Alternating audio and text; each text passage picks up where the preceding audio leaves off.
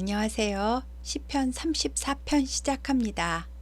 표제에는 다윗이 아비멜렉 앞에서 미친 채 하다가 쫓겨나서 지은 시라고 써 있습니다.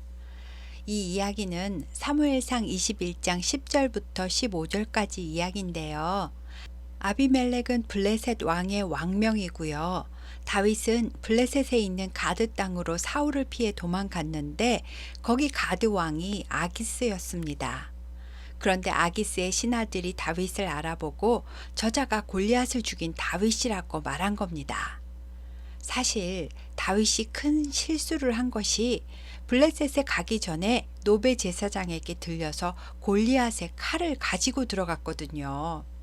다윗이 보자기로 싸서 가지고 갔어도 사람들은 그 큰 칼을 보고 단박에 골리앗 칼임을 알아봤을 겁니다. 아차 해도 이미 늦었고 신변의 위협을 느낀 다윗은 곧바로 살기 위해 미친 척 연기를 했는데요. 수염에 침을 질질 흘리고 대문짝에 그적거리면서 사울에게 쫓겨다니다가 정신이 나간 사람처럼 연기를 했다는 겁니다. 미친 병이 전염될까봐 죽이지 않고 다윗을 가드에서 쫓아냈고 죽임을 면하고 아둘람 굴로 향하면서 지은 시가 시편 34편입니다. 만약에 여러분이 다윗이라면 어떤 마음이셨을 것 같으세요? 저는 처음에 이렇게까지 망가지면서 굴욕적으로 살아야 되나? 라고 생각했는데요. 다윗은 하나님을 찬양하며 너희는 여호와의 선하심을 맛보아 알지어다. 그에게 피하는 자는 복이 있도다. 라고 고백합니다. 어찌되었든 살아나왔으니까요. 하나님의 도우심을 감사하는 다윗입니다. 내가 여호와를 항상 송축하며 내 입술로 항상 주를 찬양하리이다. 내 영혼이 여호와를 자랑하리니 곤고한 자들이 이를 듣고 기뻐하리로다. 나와 함께 여호와를 광대하시다 하며 함께 그의 이름을 높이세. 내가 여호와께 간구하며 내게 응답하시고 내 모든 두려움에서 나를 건지셨도다. 그들이 주를 앙망하고 광채를 내었으니 그들의 얼굴은 부끄럽지 아니하리로다. 이 곤고한 자가 부르짖음에 여호와께서 들으시고 그의 모든 환난에서 구원하셨도다. 여호와의 천사가 주를 경외하는 자를 둘러 진치고 그들을 건지시는도다. 너희는 여호와의 선하심을 맛보아 알지어다. 그에게 피하는 자는 복이 있도다. 너희 성도들아 여호와를 경외하라. 그를 경외하는 자에게는 부족함이 없도다. 젊은 사자는 궁핍하여 줄일지라도 여호와를 찾는 자는 모든 좋은 것에 부족함이 없으리로다. 너희 자녀들아 와서 내 말을 들으라. 내가 여호와를 경외하는 법을 너희에게 가르치리로다. 생명을 사모하고 연수를 사랑하여 복받기를 원하는 사람이 누구뇨? 내 혀를 악에서 금하며 내 입술을 거짓말에서 금할지어다. 악을 버리고 선을 행하며 화평을 찾아 따를지어다. 여호와의 눈은 의인을 향하시고 그의 귀는 그들의 부르짖음에 기울이시는도다. 여호와의 얼굴은 악을 행하는 자를 향하사 그들의 자취를 땅에서 끊으려 하시는도다. 의인이 부르짖음에 여호와께서 들으시고 그들의 모든 환난에서 건지셨도다. 여호와의 마음이 상한 자를 가까이 하시고 충심으로 통회하는 자를 구원하시는도다. 의인은 고난이 많으나 여호와께서 그의 모든 고난에서 건지시는도다. 그의 모든 뼈를 보호하심이여 그 중에서 하나도 꺾이지 아니하도다. 악이 악인을 죽일 것이라. 의인을 미워하는 자는 벌을 받으리로다. 여호와께서 그의 종들의 영혼을 속량하시나니 그에게 피하는 자는 다 벌을 받지 아니하리로다. 다윗이 하나님께 하나님, 저는 왜 이렇게 고난이 많은 거예요? 라고 불평한 것이 아니라 의인은 고난이 많지만 여호와께서 그 모든 고난에서 다 건져주신다 라고 고백하는 모습에서 다윗은 나와는 그릇의 크기와 재질이 다른 신앙인이구나 라고 생각했습니다. 사실 이때 다윗의 나이는 지금 저보다 최소 30년은 더 어렸으니 말입니다. 또 악인을 죽인다는 말이 무슨 말인지 한참 생각을 해보았습니다. 다음은 시편 35편입니다. 표제에는 그냥 다윗의 시라고 써 있습니다. 시편 35편을 저주 시편이라고 부르기도 하는데요. 다윗이 자신의 대적들에 대하여 하나님께 도와달라고 말하며 대적들이 이렇게 되었으면 좋겠어요 라고 기도하는 시편입니다. 한 20년 전쯤에요. 어떤 집사님이 저에게 어떤 사람을 자기가 실컷 저주를 했는데 그 사람이 자기한테 와서 저주를 풀어달라고 싹싹 빌었다면서 자기를 건드리면 하나님이 가만 안 두신다면서 자랑스럽게 저한테 이야기를 했었습니다. 저는 그때 어린 마음에 그 집사님이 너무 무서워서 아무 말도 못했던 기억이 있습니다. 정말 그 집사님은 하나님을 자신이 휘두르는 권력으로 굳게 믿고 있었습니다. 다윗은 10대에 기름 부음 받고 30세에 왕이 되기까지 15년 정도를 쫓겨다녔잖아요. 내 나라 대통령이 나를 죽이겠다고 군대를 동원해서 10년 이상을 추격한다면 어떠실 것 같으세요? 다윗처럼 이런 기도가 나올 수 있을 것 같지 않으신가요? 여호와여, 나와 다투는 자와 다투시고 나와 싸우는 자와 싸우소서. 방패와 손방패를 잡으시고 일어나 나를 도우소서. 창을 빼사 나를 쫓는 자의 길을 막으시고 또 내 영혼에게 나는 내 구원이라 이르소서.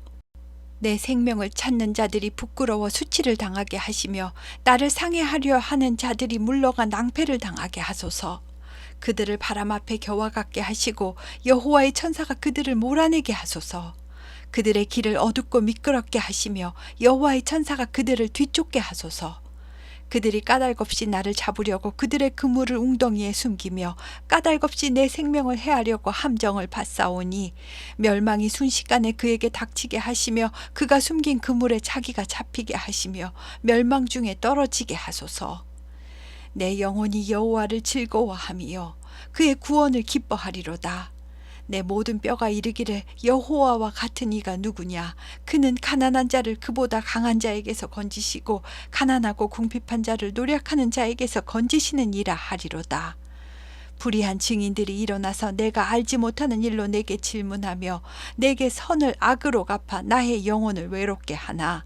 나는 그들이 병들었을 때에 굵은 베옷을 입으며 금식하며 내 영혼을 괴롭게 하였더니 내 기도가 내 품으로 돌아왔도다. 내가 나의 친구와 형제에게 행함같이 그들에게 행하였으며 내가 몸을 굽히고 슬퍼하기를 어머니를 곡함같이 하였도다. 그러나 내가 넘어짐에 그들이 기뻐하여 서로 모이며 불량배가 내가 알지 못하는 중에 모여서 나를 치며 찢기를 마지 아니하도다.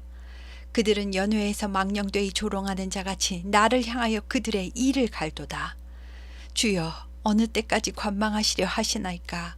내 영혼을 저 멸망자에게서 구원하시며 내 유일한 것을 사자들에게서 건지소서.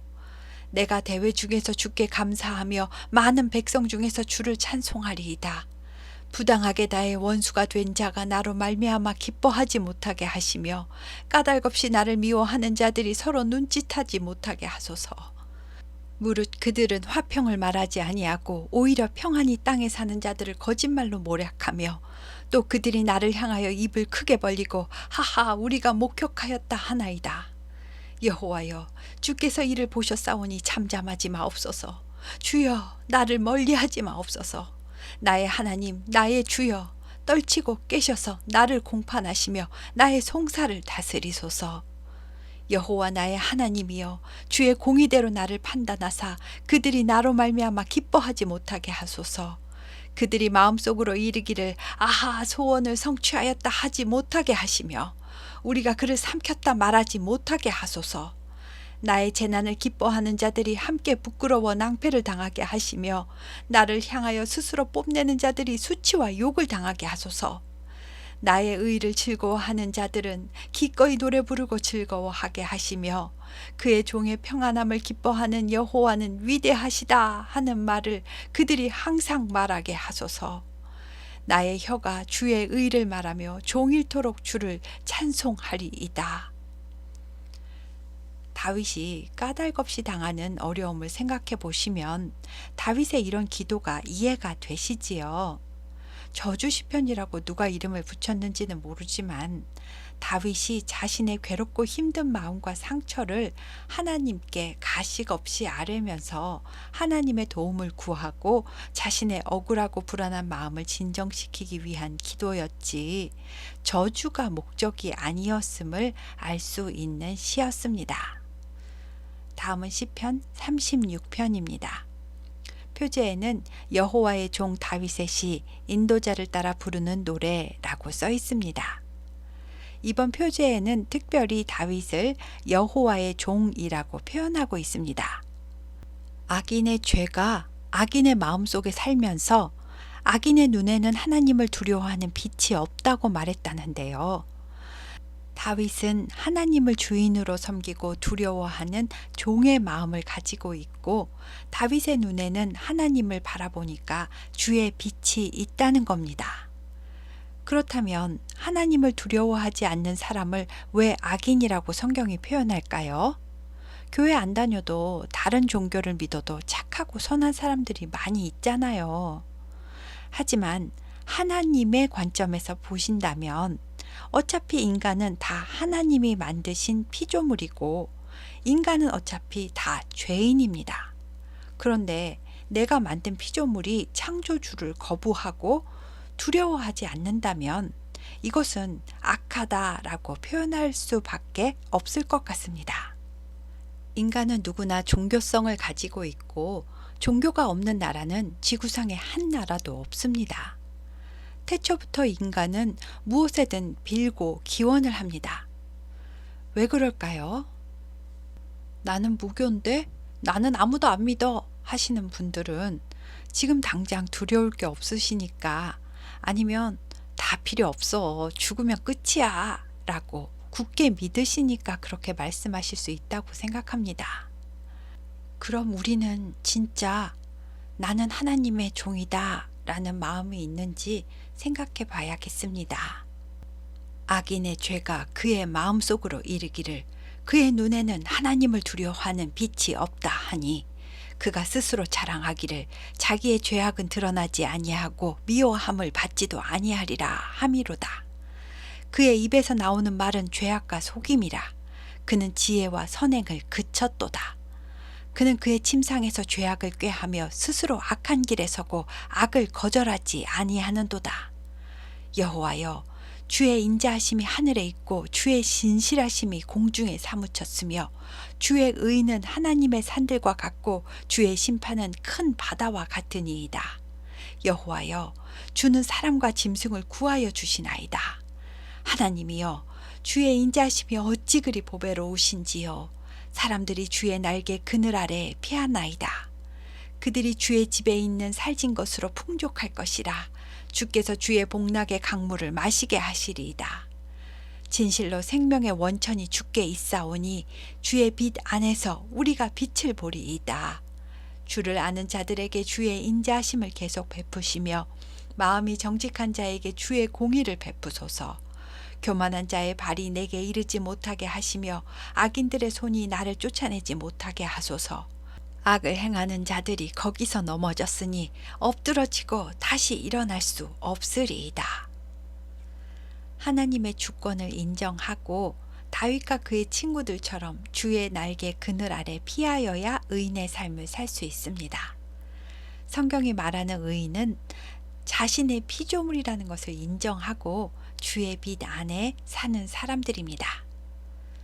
다음은 시편 37편입니다. 표제에는 그냥 다윗의 시라고 써 있습니다. 37편은 40절까지 있는 긴 시이고 각 절이 히브리어 알파벳 순서대로 등장하는 알파벳 시편이라고도 하는데요.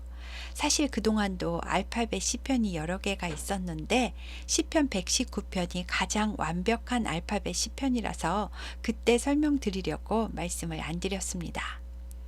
시편 37편은 악인의 형통에 대하여 다윗이 어떻게 생각하고 있는지를 알 수 있는 시편입니다. 악을 행하는 자들 때문에 불평하지 말며 불의를 행하는 자들을 시기하지 말지어다. 그들은 풀과 같이 속히 배임을 당할 것이며 푸른 채소같이 쇠잔할 것이미로다. 여호와를 의뢰하고 선을 행하라. 땅에 머무는 동안 그의 성실을 먹을거리로 삼을지어다. 또 여호와를 기뻐하라. 그가 내 마음의 소원을 내게 이루어 주시리로다. 내 길을 여호와께 맡기라. 그를 의지하면 그가 이루시고 내 의를 빛같이 나타내시며 내 공의를 정오의 빛같이 하시리로다. 여호와 앞에 잠잠하고 참고 기다리라. 자기 길이 형통하며 악한 꾀를 이루는 자 때문에 불평하지 말지어다. 분을 그치고 노를 버리며 불평하지 말라. 오히려 악을 만들 뿐이라. 진실로 악을 행하는 자들은 끊어질 것이나 여호와를 소망하는 자들은 땅을 차지하리로다. 잠시 후에는 악인이 없어지리니 내가 그곳을 자세히 살필지라도 없으리로다. 그러나 온유한 자들은 땅을 차지하며 풍성한 화평으로 즐거워할지로다. 악인이 의인 치기를 꾀하고 그를 향하여 그의 일을 가는도다. 그러나 주께서 그를 비웃으시리니 그의 날이 다가옴을 보심이로다. 악인이 칼을 빼고 활을 당겨 가난하고 궁핍한 자를 엎드러뜨리며 행위가 정직한 자를 죽이고자 하나 그들의 칼은 오히려 그들의 양심을 찌르고 그들의 활은 부러지리로다. 의인의 적은 소유가 악인의 풍부함보다 낫도다. 악인의 팔은 부러지나 의인은 여호와께서 붙드시는도다. 여호와께서 온전한 자의 날을 아시나니 그들의 기업은 영원하리로다. 그들은 환난 때에 부끄러움을 당하지 아니하며 기근의 나라도 풍족할 것이나 악인들은 멸망하고 여호와의 원수들은 어린 양의 기름같이 타서 연기가 되어 없어지리로다. 악인은 꾸고 갚지 아니하나 의인은 은혜를 베풀고 주는도다. 주의 복을 받은 자들은 땅을 차지하고 주의 저주를 받은 자들은 끊어지리로다. 여호와께서 사람의 걸음을 정하시고 그의 길을 기뻐하시나니 그는 넘어지나 아주 엎드러지지 아니함은 여호와께서 그의 손으로 붙드심이로다. 내가 어려서부터 늙기까지 의인이 버림을 당하거나 그의 자손이 걸식함을 보지 못하였도다. 그는 종일토록 은혜를 베풀고 꾸어주니 그의 자손이 복을 받는도다. 악에서 떠나 선을 행하라. 그리하면 영원히 살리니 여호와께서 정의를 사랑하시고 그의 성도를 버리지 아니하심이로다. 그들은 영원히 보호를 받으나 악인의 자손은 끊어지리로다. 의인이 땅을 차지하며 거기서 영원히 살리로다. 의인의 입은 지혜로우며 그의 혀는 정의를 말하며 그의 마음에는 하나님의 법이 있으니 그의 걸음은 실족함이 없으리로다. 악인이 의인을 엿보아 살해할 기회를 찾으나 여호와는 그를 악인의 손에 버려두지 아니하시고 재판 때에도 정죄하지 아니하시리로다. 여호와를 바라고 그의 도를 지키라. 그리하면 내가 땅을 차지하게 하실 것이라. 악인이 끊어질 때 내가 똑똑히 보리로다. 내가 악인의 큰 세력을 본즉 그 본래의 땅에 서 있는 나무 잎이 무성함과 같으나 내가 지나갈 때에 그는 없어졌나니 내가 찾아도 발견하지 못하였도다. 온전한 사람을 살피고 정직한 자를 볼지어다. 모든 화평한 자의 미래는 평안이로다. 범죄자들은 함께 멸망하리니 악인의 미래는 끊어질 것이나 의인들의 구원은 여호와께로부터 오나니 그는 환난 때에 그들의 요새시로다. 여호와께서 그들을 도와 건지시되 악인들에게서 건져 구원하심은 그를 의지한 까닭이로다. 성경에서 말하는 악인은 그의 마음에 하나님을 인정하지 않고 창조주를 두려워하는 마음이 없다고 했잖아요. 그런데 이 사람들이 형통하고 잘 될 뿐만 아니라 여호와께 피하는 자들을 괴롭히고 이용하고 갑질하고 힘들게 한단 말이지요. 이들은 돈이 권력이고 명예가 힘이고 목표니까 수단 방법 안 가리고 여호와의 율례 같은 거는 신경을 안 쓰고 살아가니까요. 세상에서는 더 근사하게 잘 살 수 있을 겁니다. 하지만 34편에서 다윗이 악이 악인을 죽인다고 했던 말을 기억하시나요? 악인은 결국에는 악의 열매를 맺을 수밖에 없습니다. 그래도 악인의 형통이지만 잘 사는 거는 부럽기도 하고 지금의 내 삶이 상대적으로 구차하게 느껴지기도 합니다. 하지만 다윗은 세상길이 더 지혜롭고 현명해 보여도 여호와를 의뢰하고 선을 행하라. 땅에 머무는 동안 그의 성실을 먹을거리로 삼을지어다 라고 말하며 불평하지 말고 참고 기다리라고 말하고 있습니다. 의인들의 마음에는 하나님의 법이 있으니까 그는 실족하지 않는다고 말합니다. 우리가 하나님만 의지하고 말씀을 따라 사는 길은 마음처럼 쉽게 되지가 않습니다. 욕심 말고도 버려야 하는 성품이 한두 가지가 아니니까 말입니다. 그냥 내려놓는 것이 아닙니다. 내려놓으면 또 들어 올릴 수가 있으니까요. 아주 버려야 합니다. 그런데 신기한 것은요. 나쁜 것을 하나 버리면 하나님께서 좋은 것으로 그 자리에 하나 채워주시는 것을 경험합니다. 오늘은 한국에서 가장 큰 목회를 하셨던 분이 소천하셨다는 뉴스를 들었습니다. 누구도 예외 없이 이 땅의 것은 다 두고 떠나는 것이구나 생각했고요. 많이 가지는 게 별 의미가 없다는 생각이 들었습니다. 남은 내 인생을 하나님이 기뻐하시는 것들로 가득 채워야겠다는 생각을 했습니다. 오늘은 시편 34편부터 37편까지 했습니다. 감사합니다.